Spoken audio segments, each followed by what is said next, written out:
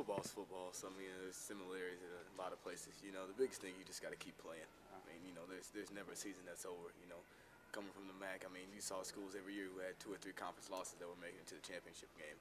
Like I said, we started out last year 2-3 at Northern, and then we ended up winning out to win the conference. So I mean, it's all about having confidence in your teammates and the coaches, and just going out there and playing good football. And I think we have that here. We can play that kind of ball. We have the confidence in each other, and now we just got to put it all together.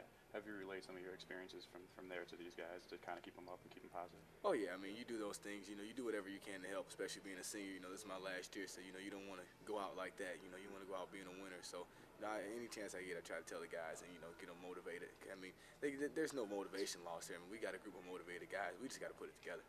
You've gone through a coaching change before. I mean, what have you told the guys about going through a coaching change, how you have to buy in and things like that? Well, I mean, these guys kind of know what going through a coaching change is like, too. I mean, you know, the staff kind of changes a little bit. You know, he stayed the head guy, but, you know, the staff would change from year to year. So, I mean, they know what it's like. And, you know, we kind of relate to each other on that. I mean, I don't think there's ever really been a thing with the coaches. I mean, everybody's bought into the coaching staff. Like I said, it's all about putting together on Saturday.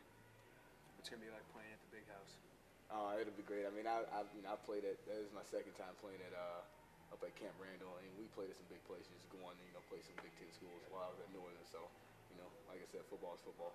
That's a lot of people rooting against you, but in a weird way, does it bump you guys up to play in a crowd like that? Well, yeah, it does. You know, the atmosphere is great, and, you know, you just get used to, you know, you just love it. I mean, once the game gets going, you kind of don't pay attention to the fans anyway, you know, because you got to focus in on what you got to do in your assignment. But, you know, before the game and, you know, when you get a little break at halftime or in between quarters, you kind of look up in the stands and you see it's like, wow, you know, it's really happening.